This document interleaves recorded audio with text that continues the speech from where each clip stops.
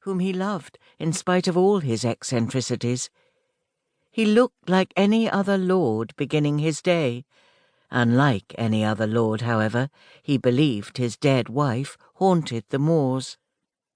The butler returned and set the plate heaped with eggs, ham, tomatoes, and toast in front of Locke. Before he could return to his station at the wall, Locke looked up at him. "Gilbert, did you assist my father in dressing this morning?" "Yes, my lord. As he is no valet, I was more than honoured to handle the duties." He leaned down and whispered, "He insisted upon bathing as well, my lord, and it's not even Saturday." He raised his white bushy eyebrows as though that was grand news indeed, then straightened his spine, seeming rather proud of the fact that he had bathed the marquess mid-week. "Do you know why he went to such a bother?"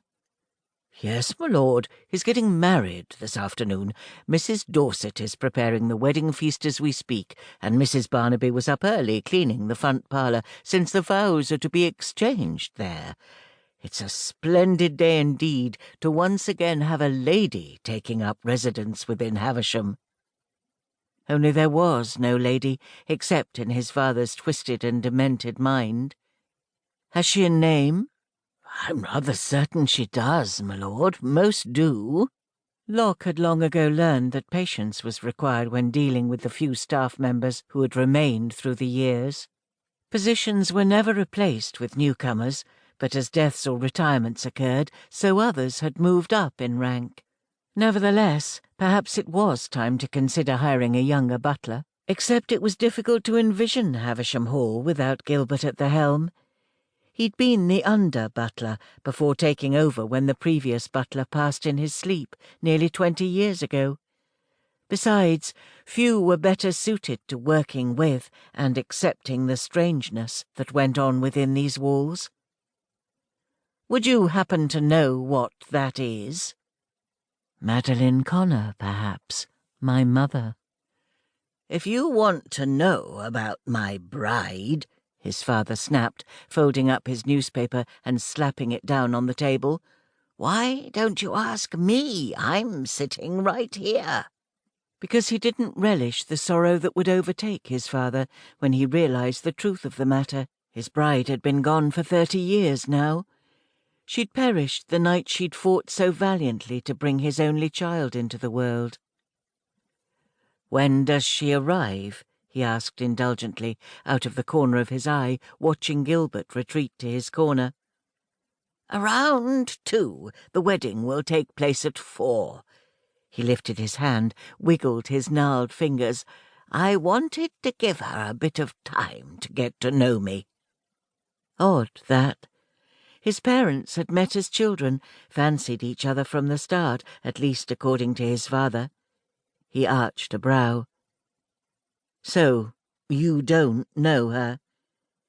He lifted a slender shoulder. "We've corresponded." It occurred to Locke there could be something remarkably more upsetting than his father believing he was residing 30-odd years in the past, and on the cusp of marrying Locke's mother. "Pray, tell, what is her name?" "Mrs. Portia Gadstone." Locke couldn't help but stare. This development was worse, far worse than he'd anticipated. "A widow, I presume?" "No, Locke. I'm taking to wife a woman who already has a husband. Think, boy, of course she's a widow. I don't have time for skittish girls who require patience and educating.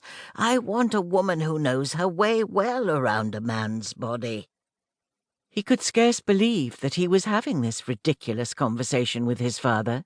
"If sexual gratification is what you're seeking, I can bring you a woman from the village. Why go to all the bother of marriage?" "I need an heir." Although it was unseemly for a lord to drop his jaw, Locke did so anyway. "I'm your heir." "With no plans to marry."